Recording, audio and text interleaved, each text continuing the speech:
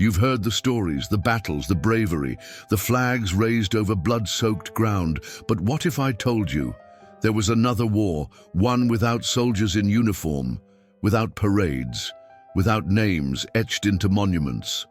A war fought in silence. It didn't happen on front lines, but in alleyways, train stations, and candlelit basements. It wasn't fought with tanks or rifles, but with whispered codes, forged papers, and faces that didn't match their names.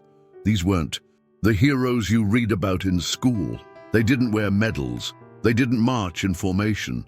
Most of them, if they did their job right, didn't exist at all. This is the world of military spies, men and women who risked everything and disappeared without a trace.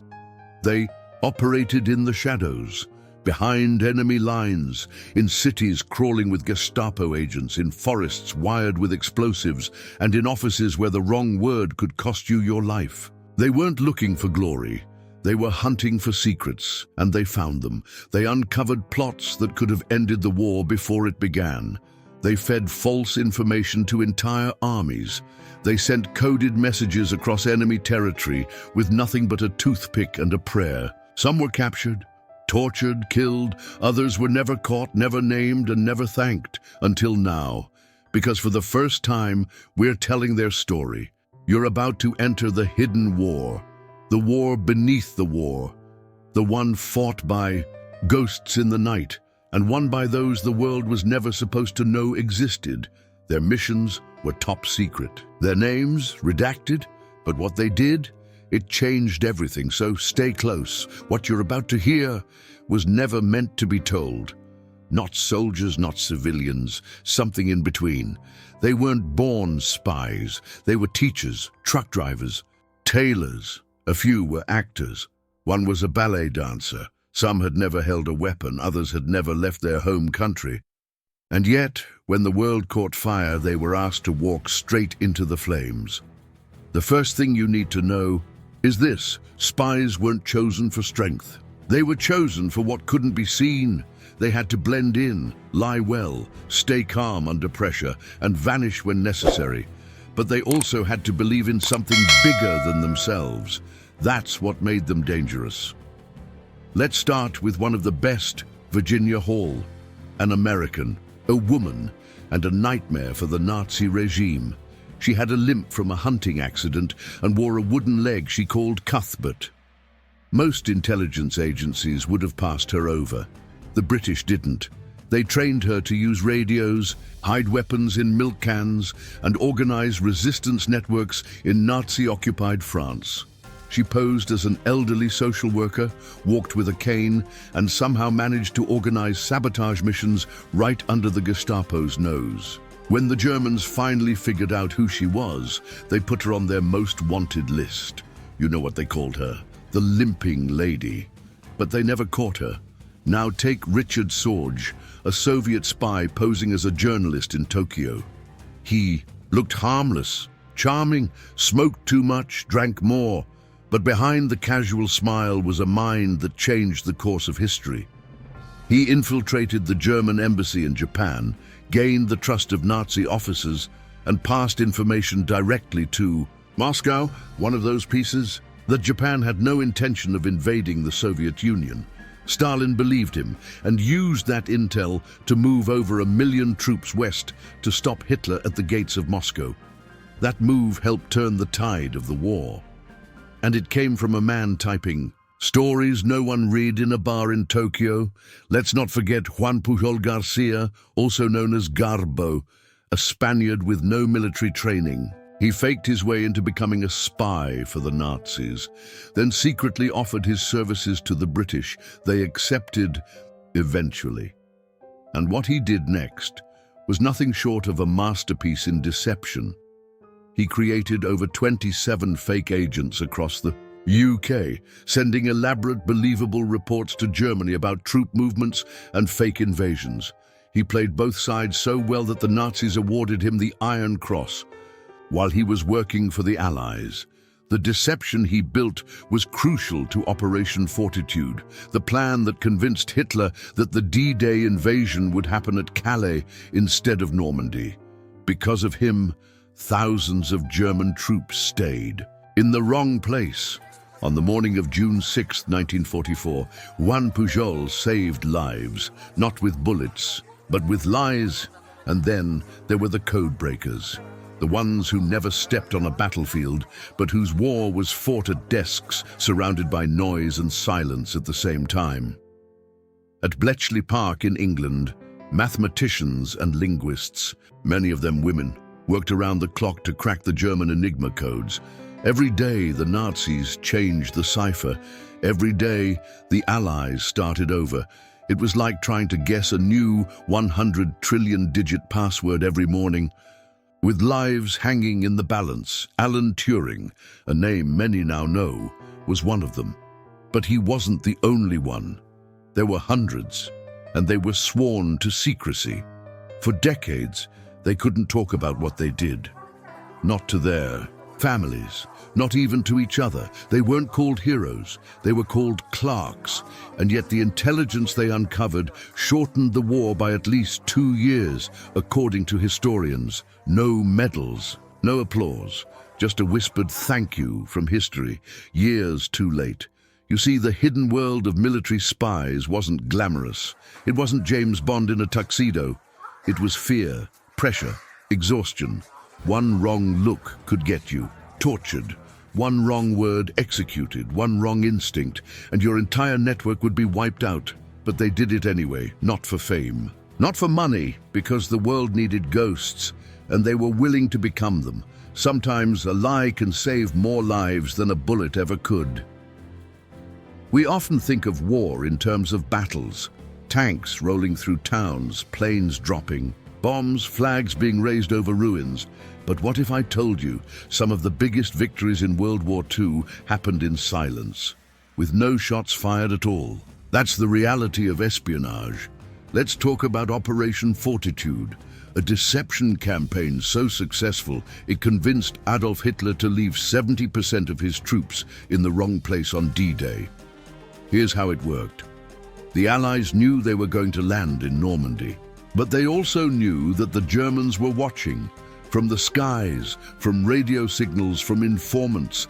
So instead of hiding their invasion, they faked a bigger one.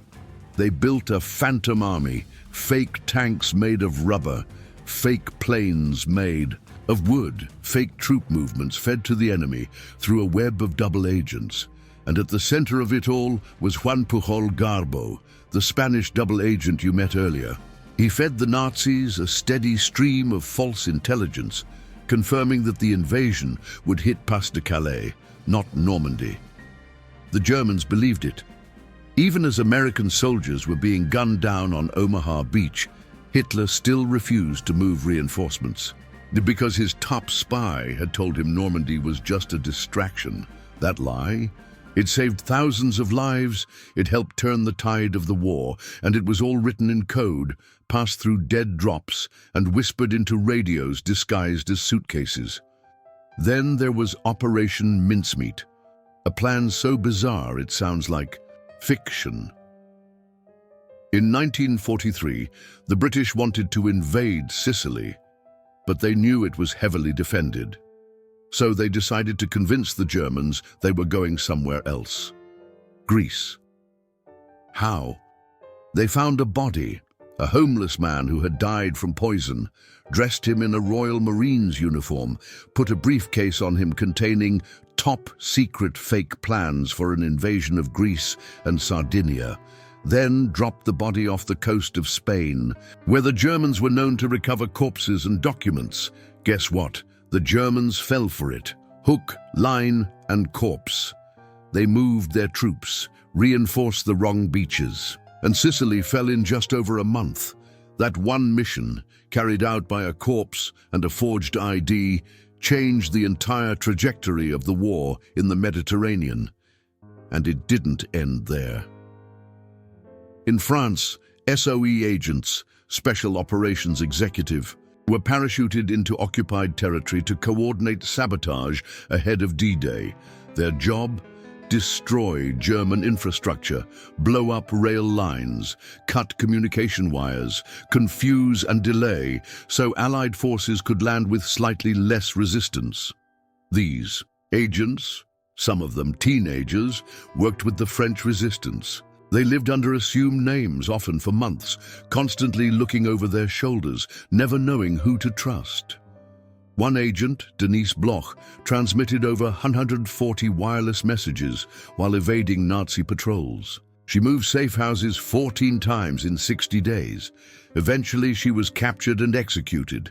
Her final words, liberté. In Belgium, Leopold Vindictive, yes, that was his real code name, was responsible for organizing underground newspapers and broadcasting real news via pirated radio.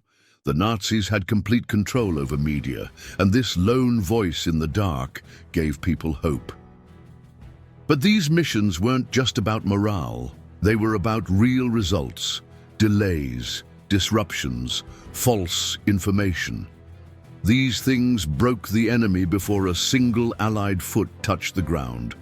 Because war isn't just about firepower, it's about perception.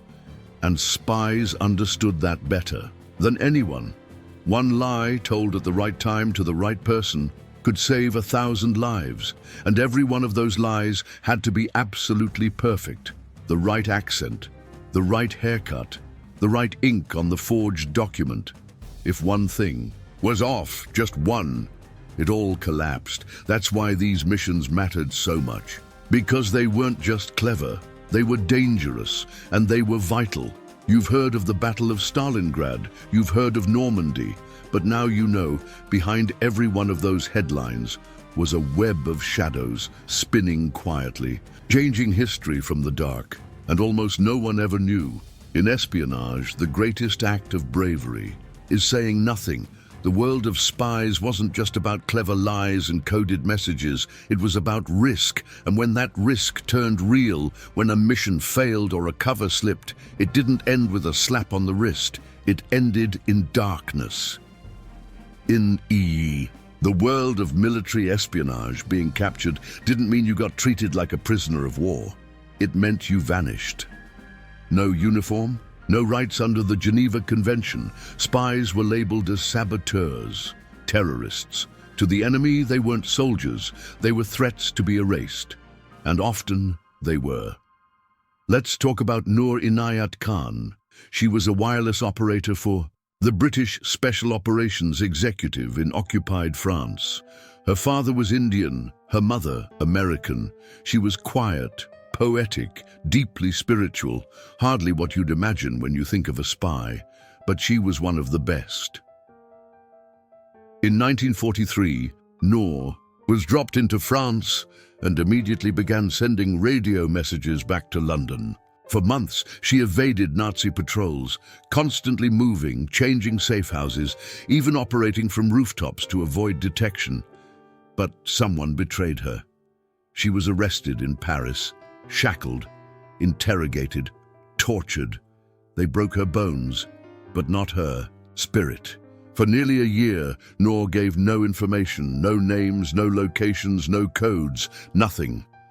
Eventually, she was transported to Dachau concentration camp, where she was executed with a single bullet. Her last word? Liberté. Freedom. Then there was Klaus Fuchs, a spy on the other side. He worked on the Manhattan Project, helped develop the atomic bomb in the United States. But secretly, he was feeding information to the Soviet Union. Every formula, every theory, every test result. Why? Not for money, not for blackmail. Because he believed no one country should have that much power, that if only America had the bomb, the world would be unbalanced. So he made sure the Soviets had it too. He was caught years later after the war, arrested in Britain, confessed quietly, never asked for forgiveness, spent 9 years in prison, then moved to East Germany, where he lived the rest of his life in near anonymity. He never apologized. He believed he had prevented World War III. Spy work wasn't clean. It was full of betrayal, not just of countries, but of friends, double agents, triple agents, spies who flipped sides, spies who never picked one. The Cambridge Five in Britain were elite university students turned Soviet spies. They rose through the ranks of British intelligence and passed secrets to Moscow for years before anyone caught on. Why did they do it? Ideology. They believed communism would save the world, so they betrayed their own. And the fallout? Dozens of agents compromised, operations ruined, trust shattered. In the world of espionage, betrayal didn't just get you killed, it got others killed. Entire networks, families, innocent people. That's why trust was so rare and silence sacred there.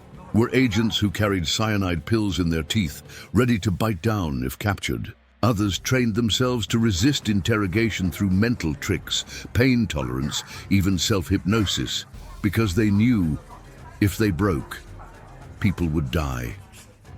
One SOE agent, Pierre Brossolette, was captured by the Gestapo in 1944. He was beaten, and for hours, he never spoke. When he realized he was about to break, he jumped out of a third-story window rather than give up his comrades. That was the choice many spies faced. Talk and live, stay silent and die. Most chose silence. That's what made them heroes no one clapped for. Names few people ever learned. Buried in unmarked graves or vanished from official records. And when the war ended, most of them didn't get medals. They got warnings. Never speak of what you did.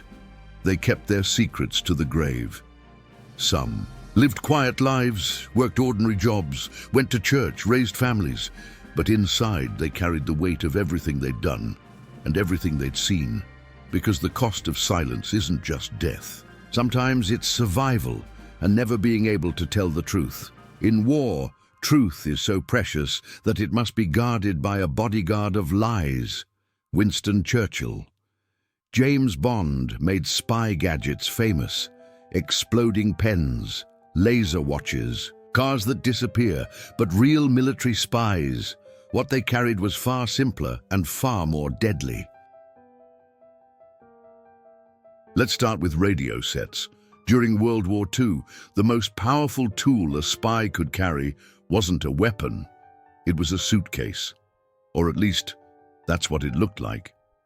In reality, it was a clandestine wireless transmitter, packed inside a modified suitcase or typewriter case. These devices let spies send coded messages back to headquarters, often from attics, barns, or even bathrooms. But every time they powered it on, a clock started ticking. The Germans had trucks outfitted with signal triangulation gear. Once a transmission began, the enemy had 15 minutes or less to locate the source, knock down the door, and drag the operator away. So agents had to be fast, efficient, and calm under the kind of pressure that would freeze most people in place. Then came invisible ink. Sounds silly, right? But these weren't children's toys. The SOE used a compound based on lemon juice and chemicals that could only be revealed under heat or with a specific reagent. Spies would write messages between the lines of ordinary letters. A love note, a recipe, a letter home, and only the recipient would know how to unlock it. Even more subtle, microdots. These were entire pages of text or maps shrunk down to the size of a period and pasted into a letter. With a magnifying glass, they revealed everything. Without it, just a speck on the page. The Germans used these in nearly every message they sent through diplomatic channels, and the Allies learned to spot them. Eventually, disguises were equally important. You couldn't just look like a spy. That was a death sentence. You had to disappear. Spies carried fake mustaches, hair dye, forged papers, entire identities packed into a single wallet. Some agents even wore wedding rings from fake marriages just to sell the story. One agent, a woman posing as a French nurse, wore mud on her shoes, threadbare scarves, and even learned to curse like a local farmer to avoid suspicion. Her disguise fooled Nazi officers so completely that she walked through checkpoints without a second glance. And then there were the concealed weapons, lipstick guns, cigarette pistols, blades hidden in belt buckles or under buttons. Some of the most feared items, cyanide pills hidden inside false teeth. If an agent was caught, they had one chance: bite down before the torture started. Instant death. That's how serious it was. The CIA, later during the Cold War, developed even more advanced tools. Cameras the size of lighters, eavesdropping bugs inside fountain pens, recorders hidden in glasses. But back in WWII, innovation came from necessity. One spy used a hollowed-out shaving brush to carry documents across enemy lines. Another hid messages inside a loaf of bread, the paper wrapped in wax, tucked deep inside, and baked for the journey. In Vietnam, spies used hollow bullets to smuggle out microfilm. In Korea, messages were sewn into uniform seams. Codes, of course, were everywhere. Some were basic, replacing letters with numbers. Others, complex one-time pads, encryption keys that change daily, impossible to break without the right match. Some agents memorized their codes, others swallowed them. One SOE agent even tattooed the first few digits of his pad inside his thigh. Invisible unless you knew where to look. But here's the thing, for all the gadgets and gimmicks, the most powerful tool a spy had was their brain. Because no gadget mattered if the agent didn't know when to run, when to lie, when to trust, when to burn everything and disappear. Espionage wasn't about flashy tools. It was about being invisible in plain sight, and to do that, you needed nerves of steel and tools no one could see. They weren't just messengers or nurses, they were spies, saboteurs, warriors in silence. When we think of wartime spies, most people picture men, trench coats, cigarettes, briefcases, but in reality, some of the most daring, effective, and fearless operatives in military espionage were women, and many of them operated right under the enemy's nose. Why? Because the enemy didn't see them coming. In the eyes of the Nazi regime, women weren't considered capable of high-level sabotage or intelligence work. That blind spot became one of the Allies' greatest advantages. Let's start with Virginia Hall, an American, a former debutante, fluent in French. She had a limp from a hunting accident that cost her part of her leg. She called her wooden prosthetic Cuthbert. That alone should have kept her out of the game. Instead, she became one of the most wanted spies in Nazi-occupied France. Virginia worked with the Special Operations Executive, SOE. She posed as a journalist, a milkmaid, even a deaf mute, while organizing sabotage operations, coordinating parachute drops, and training resistance fighters, all while being hunted by the Gestapo. They called her the Limping Lady, and they wanted her dead. She evaded capture again and again. Once she hiked over the Pyrenees Mountains into Spain in winter with her prosthetic leg to escape German agents. She later joined the CIA. Then there was Nancy Wake, known as the White Mouse, because she was impossible to trap. Born in New Zealand, raised in Australia, Nancy became one of the SOE's most valuable agents. She parachuted into France to organize and lead over 7,000 resistance fighters before D-Day. She once killed a Nazi guard with her bare hands during a mission. She never bragged about it. When asked if she regretted anything, she said, "I only wish I'd killed more of them." But it wasn't just the fighters. There were women like Odette Sansom, a French-British SOE agent who was captured, tortured, and sent to Ravensbrück concentration camp. She never gave up a single name. She survived solitary confinement, starvation, and mock executions. When asked how she endured it, she replied, "I thought of my daughters. That was enough." And then there were the ones we don't know, the names that never made the headlines. Women who carried messages sewn into hems, who passed weapons under baskets of bread, who flirted with enemy officers just long enough to steal keys or listen in or plant bombs.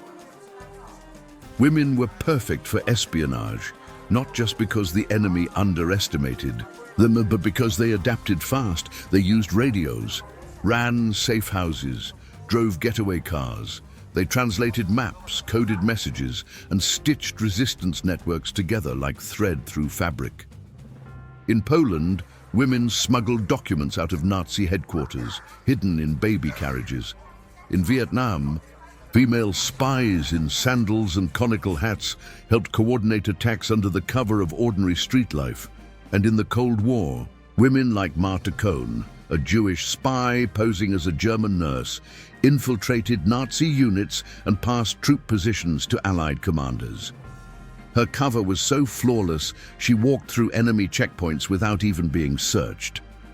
The danger, constant. Women, caught in espionage, weren't just shot. Many were tortured, publicly executed, or sent to concentration camps, where survival was rare, but still, they volunteered. Why? Because they believed in something bigger than fear. Because they knew they could do what others couldn't. Blend in, move quietly, strike hard, and disappear into the smoke. Today, their stories are finally being told. But for decades, they were overlooked. No statues, no medals, just quiet lives, silent memories, and legacy carved in shadow. These were women who rewrote the rules of war, who fought not with muscle, but with minds, guts, and grit. They were the invisible backbone of the spy world. And without them, so many missions, so many victories would have never happened. To serve one side while feeding the other, that's not just betrayal, that's war inside a soul. Double agents didn't just lie to the enemy, they lied to everyone, sometimes even to themselves. They lived two lives at once, wore two faces, played the long game, where one wrong word meant death. Let's talk about Juan Pujol Garcia, codenamed Garbo. He was a Spanish chicken farmer, no military training, no experience. But he had one thing no one else did, a hatred for fascism and a brilliant imagination. In 1941, he offered to spy for the British. They said no, so he faked it. He convinced the Nazis that he had built a network of spies in Britain using nothing but travel guides and newspapers. He sent them intelligence so convincing that the Germans started trusting him deeply. Eventually, the British noticed. They brought him in for real. And here's where it gets incredible. Juan became a double agent, feeding the Nazis false information during the most critical moment of the war, D-Day. Because of him, Hitler kept panzer divisions away from Normandy, believing the real invasion would come at Pas-de-Calais. The result? Thousands of Allied lives saved, because one man kept a lie alive at just the right time. Then there's Eddie Chapman, a British criminal who was jailed for safe-cracking. The Nazis recruited him from prison to become a spy. He trained in sabotage, parachuted into Britain, and then immediately turned himself in to MI5. He offered to spy on the Germans as a double. The British said yes. They turned him into a legend, codenamed Zigzag. He fed the Nazis misinformation, staged a fake bombing of a British aircraft factory, and received the Iron Cross from the enemy he was sabotaging. It was dangerous, exhausting, and addictive. Double agents like Chapman and Garbo had to remember every detail of every lie they told to both sides. One slip, execution. No second chances. Some did it for ideology, some for redemption, others for money. But one thing was always the same. They lived in constant fear. Because trust didn't exist in their world, not really. They were puppets dancing between two fires, hoping not to get burned, and many didn't make it. They were exposed, caught, tortured, erased from history.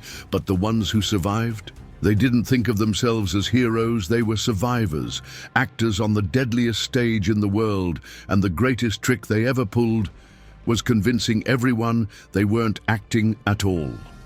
Not every war is fought with armies. Some are fought in whispers, in glances across smoky bars, in briefcases passed on subway platforms, in dead drops buried under park benches. Welcome to the war behind the war, where spies hunted spies, and no one could ever be sure who was really winning. Let's talk about one of the most intense rivalries in Cold War history, the CIA versus the KGB. They played a game of chess that never made headlines, but moved pieces that could have changed the world.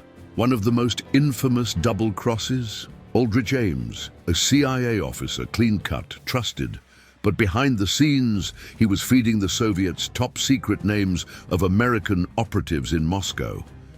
Because of Ames, more than a dozen US spies were executed, and he did it all for money, shopping. Bags full of cash, stashed away while his colleagues died. Then came Oleg Gordievsky, a KGB colonel, secretly working for MI6. He passed along some of the most valuable Soviet secrets to the British during the height of the Cold War. His intelligence helped prevent nuclear escalation. And when the KGB started to suspect, the British orchestrated a daring extraction straight out of a spy novel. It's easy to admire the bravery, but the truth. These weren't clean-cut missions. Sometimes spies hunted each other like animals. They bugged apartments, poisoned drinks, used honey traps, operatives trained to seduce, to extract secrets, and destroy lives. It wasn't personal. It was strategy.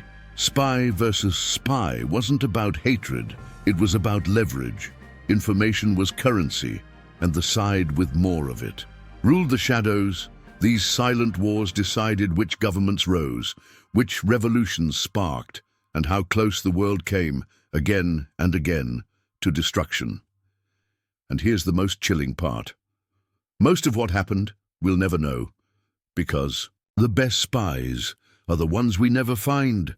How much of history was shaped by people we never saw, by agents who never fired a shot, but changed the outcome of a battle with a single whispered word. This video was about them, the invisible. Warriors who lived in disguise, died without credit, and carried secrets to their graves. If this story moved you, if you believe these hidden heroes deserve to be remembered, click the like button. It tells the algorithm that their sacrifices mattered. Tell us in the comments. Which spy story shocked you the most? Which moment felt like something out of a movie?